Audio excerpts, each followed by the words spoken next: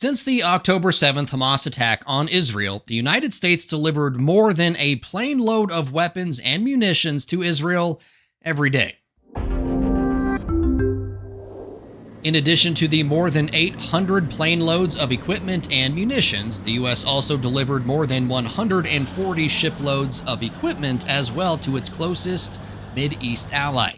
Israel's Ministry of Defense says the more than 90,000 tons of equipment and supplies from the U.S. includes armored vehicles, large munitions, small arms ammunition, personal protective gear, and medical equipment.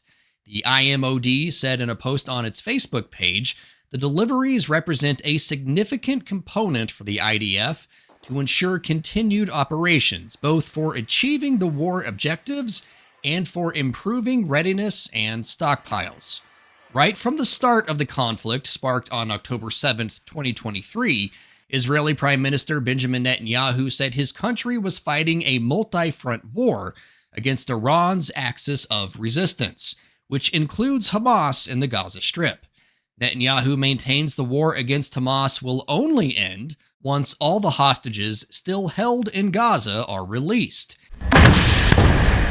and the terrorist group is beaten back enough so that it can never hold power in Gaza again, either militarily or politically.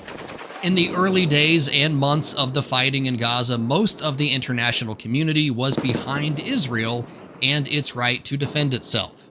A lot of that support is starting to wane, though.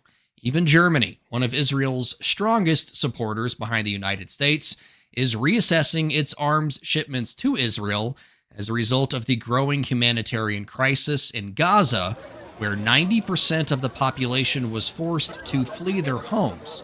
The UK Red Cross says around 470,000 people are currently facing starvation. And in what could be seen as the biggest public split between President Donald Trump and Prime Minister Benjamin Netanyahu, Trump told a group of reporters he had warned the Israeli Prime Minister not to strike Iran or its nuclear sites, while Tehran and Washington were engaged in talks aimed at curbing Iran's nuclear program. The president quickly walked that statement back, though, explaining he told the Israeli leader striking Iran would be, quote, inappropriate to do right now because the two sides are very close to a solution. The New York Times reported Netanyahu was threatening to disrupt the nuclear talks by striking Iran's main nuclear enrichment facilities.